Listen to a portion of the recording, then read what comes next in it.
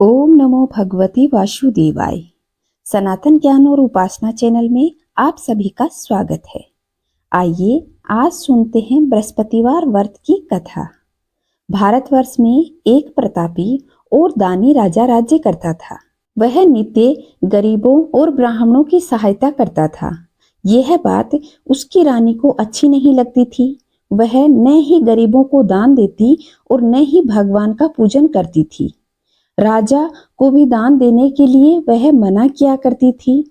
एक दिन राजा शिकार खेलने वन में गए हुए थे तो रानी महल में अकेली थी। उसी समय बृहस्पति देव साधु के वेश में राजा के महल में भिक्षा मांगने के लिए आए और भिक्षा मांगी।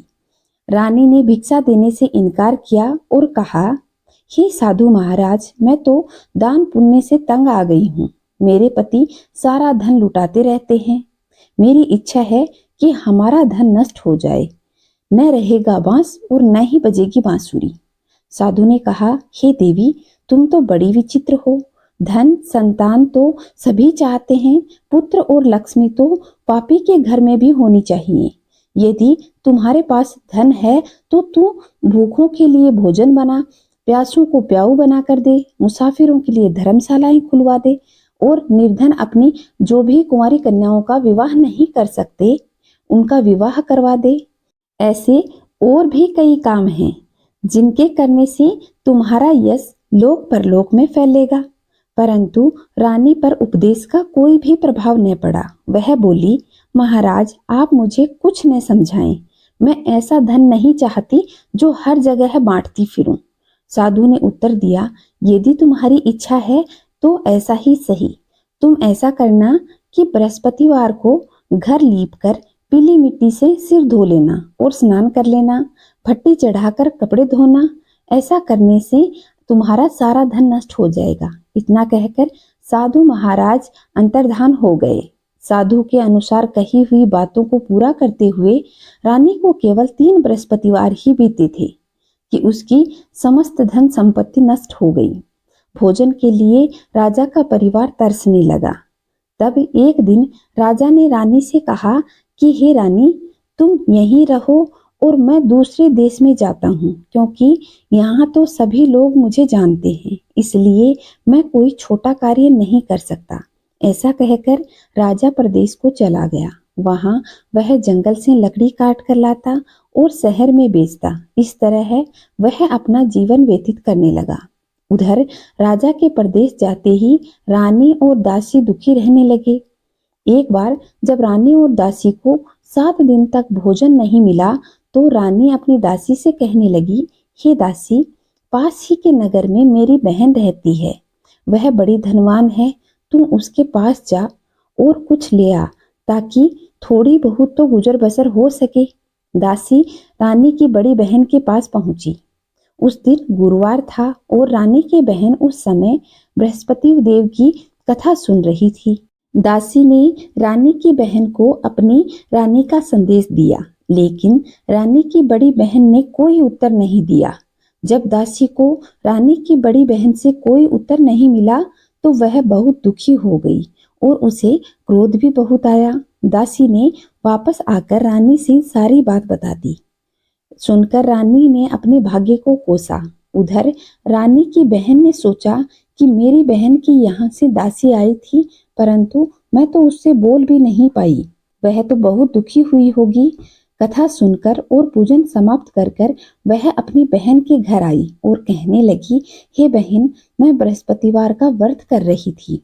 तुम्हारी दासी मेरे घर आई थी, परंतु जब तक कथा होती है तब तक न तो उठते हैं और न ही बोलते हैं, इसलिए मैं नहीं बोली। कहो दासी क्यों आई थी? रानी बोली, बहन, तुमसे क्या छिपाऊं, हमारे घर में तो खाने तक का अनाज नहीं है। ऐसा कहते कहते रानी की आंखें आंसुओं से भर गई। उसने दासी समेत पिछले 7 दिनों से भूखे होने की बात और सारी घटना अपनी बहन को विस्तार पूर्वक सुना दी। रानी की बहन बोली, देखो बहन, भगवान बृहस्पति देव सबकी मनोकामना शायद बृहस्पति देव की कृपा से तुम्हारे घर में भी अनाज रखा हुआ हो।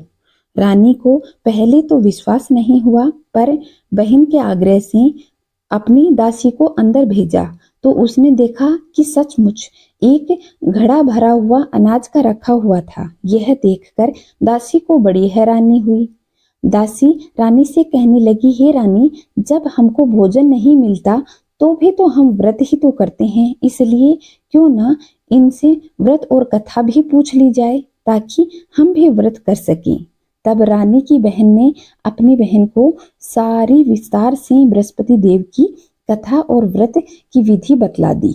उसकी बहन ने बताया कि बृहस्पतिवार के व्रत में चने की दाल और मुनक्का से विष्णु भगवान का केले की जड़ में पूजन करते हैं तथा दीपक जलाते हैं, व्रत की कथा सुनते हैं और पीला भोजन ग्रहण करते हैं। इससे बृहस्पति देव प्रसन्न होते हैं।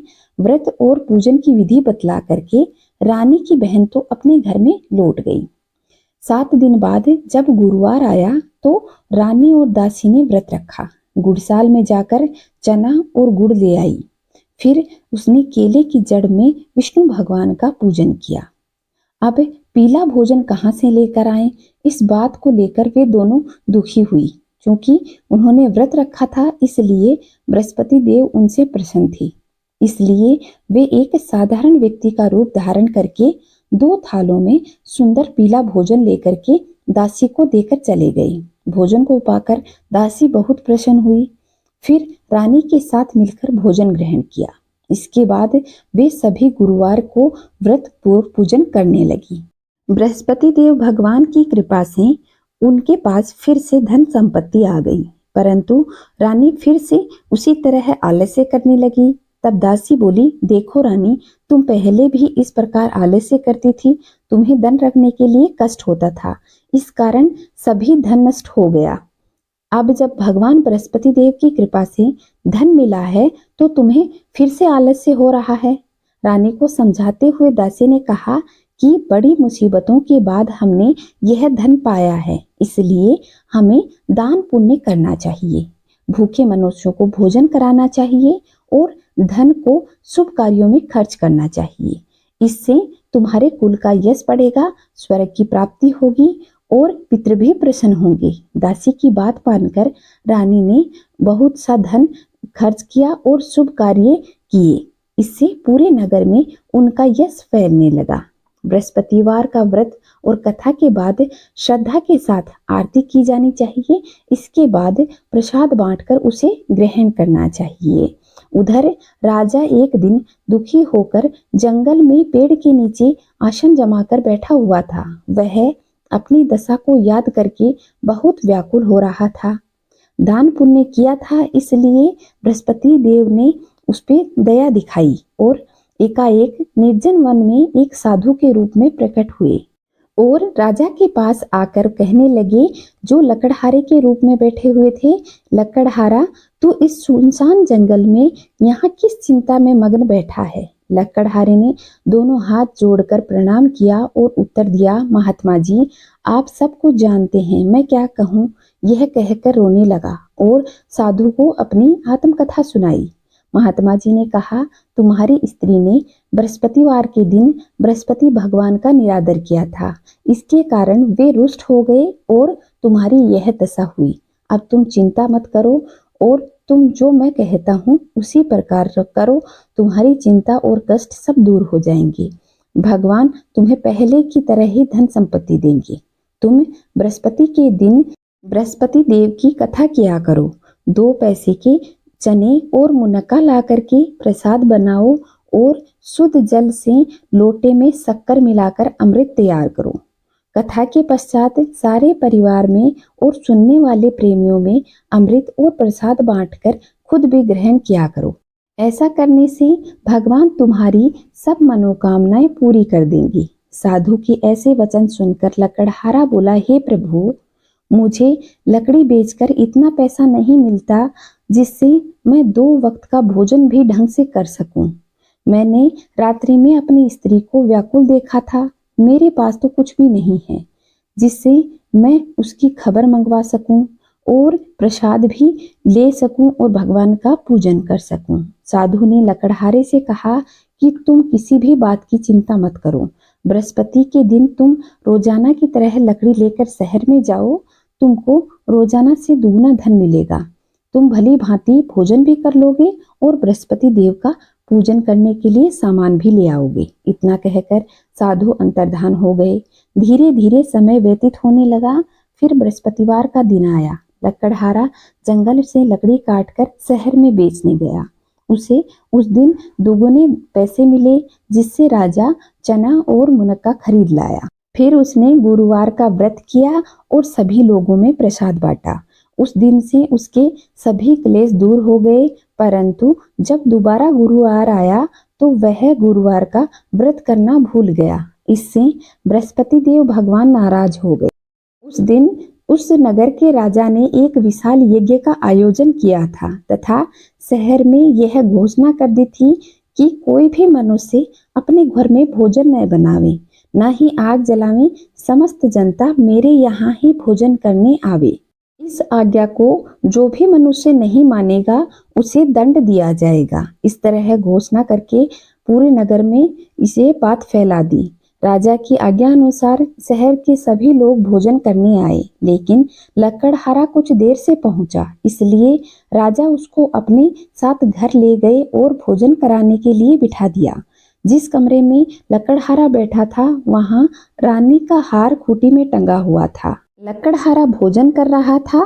रानी उसी समय वहां आई और अपना हार लेने लगी तो उसे वह हार वहां दिखाई नहीं दिया। तब रानी ने निश्चय किया कि मेरा हार इसी मनुष्य ने चुरा लिया है। उसी समय सिपाहियों को बुलाकर उसे कारागार में डलवा दिया। जब लकड़हारा कारागार में पड़ा था और बहुत दुखी होकर विचार करने लगा कि न जाने कौन से पूर्व जन्म के कर्म किए थे जो मैं इतना दुख प्राप्त कर रहा हूँ, उसी समय साधु को याद करने लगा जो उसे जंगल में मिला था। उस समय तत्काल बृहस्पति देव साधु के रूप में प्रकट हुए और उसकी ऐसी दशा देखकर कहा, हे मूर्ख, तूने बृहस्पति देव की कथा नहीं करी, इस कारण तुझे यह दुख प्राप्त हो रहा है। अब चिंता मत करो, अगले बृहस्पतिवार को कारागार के दरवाजे पर 4 पैसे पड़े मिलेंगे। तू बृहस्पति देव की पूजा करना, जिससे तेरे सारे कष्ट दूर हो जाएंगे। बृहस्पतिवार के दिन उसे वे पैसे मिले। उसने कथा कही तो राजा के सपने में बृहस्पति देव प्रकट हुए और कहने लगे कि तुमने जिस आदमी को कारागार में बंद किया हुआ है वह निर्दोष है। वह पड़ोस के नगर का राजा है। तुम उसे छोड़ देना। रानी का हार उसी खूंटी में लटका हुआ है। अगर तू ऐसा नहीं करेगा तो तेरा राज्य नष्ट हो जाएगा। इस तरह रात्रि के स्वप्न को देखकर राजा प्रातःकाल उठा और खूंटी पर हार देखकर लकड़हारे को बुलाया और क्षमा मांगी तथा लकड़हारे को सुंदर वस्त्र आभूषण देकर विदा किया। बृहस्पति देव की आज्ञा से लकड़हारा अपने नगर को चल दिया। राजा जब अपने नगर के निकट पहुंचा तो उसे बड़ा आश्चर्य हुआ कि नगर में पहले से अधिक बाग, तालाब, कुएं और बहुत सी धर्मशालाएं, मंदिर आदि बने हुए थे। राजा ने पूछा कि यह किसका बाग और धर्मशालाएं हैं। तब राजा के नगर के लोग बोले कि यह तो सब रानी और बांदी ने बनवाए हैं। तो राजा को आश्चर्य भी हुआ और गुस्सा भी बहुत आया। जब रानी ने यह खबर सुनी कि राजा आ रहे हैं तो उन्होंने बांदी से कहा, हे दासी, देख राजा हमको कितनी बुरी हालत में छोड़कर गए थे। हमारी ऐसी हालत देखकर वह लौट न जाएं, इसलिए तू दरवाजे पर खड़ी हो जा। आज्ञा अनुसार रानी की दासी दरवाजे पर खड़ी हो गई। राजा आए तो उन्हें अपने साथ लिवा आई। तब राजा ने क्रोध करके अपनी रानी से पूछा कि यह धन तुम्हें कैसे प्राप्त हुआ। तब उन्होंने कहा कि यह धन तो बृहस्पति देव की कृपा और उनके व्रत के प्रभाव से प्राप्त हुआ है। राजा ने निश्चय किया कि 7 रोज बाद तो सभी बृहस्पति देव का पूजन करते हैं, परंतु मैं तो प्रतिदिन 3 बार कहानी कहूंगा और रोज व्रत करूंगा। अब हर समय राजा अपने दुपट्टे में चने की दाल बांधे रखता था और दिन में 3 बार कहानी कहता था। एक रोज राजा ने विचार किया कि चलो बहन के यहाँ होकर आते हैं।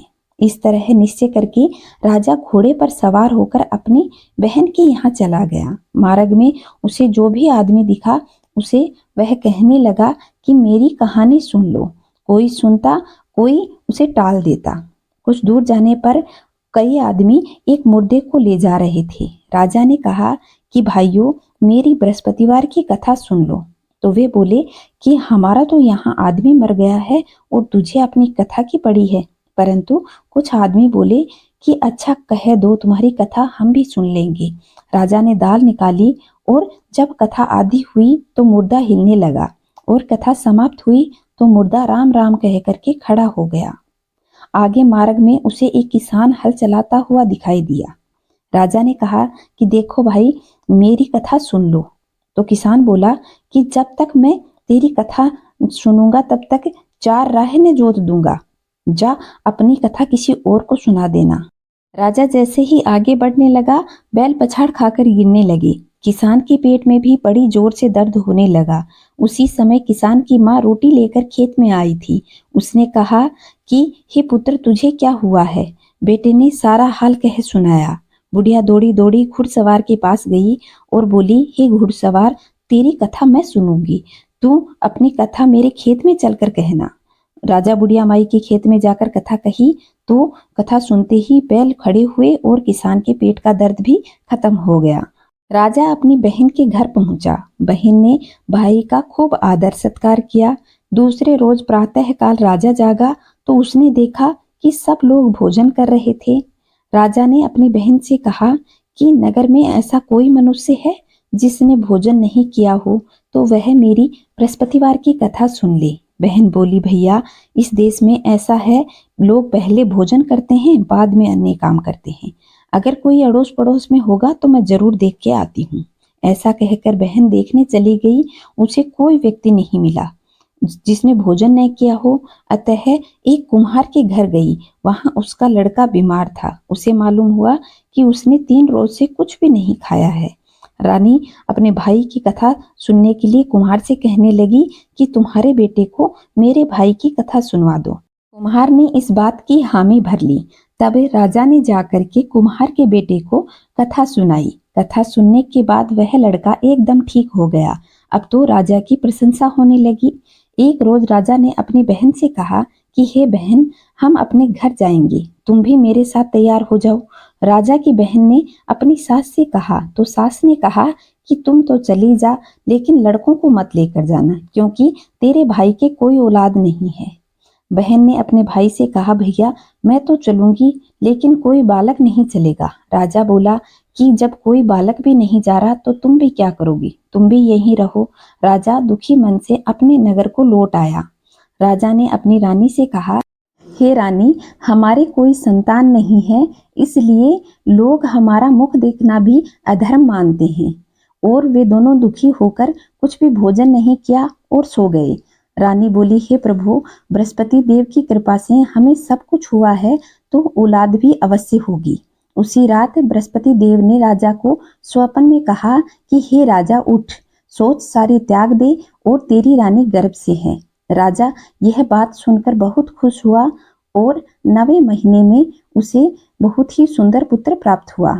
तब राजा बोला, हे रानी, स्त्री भोजन किए बिना रह सकती है, लेकिन कहे बिना नहीं रह सकती।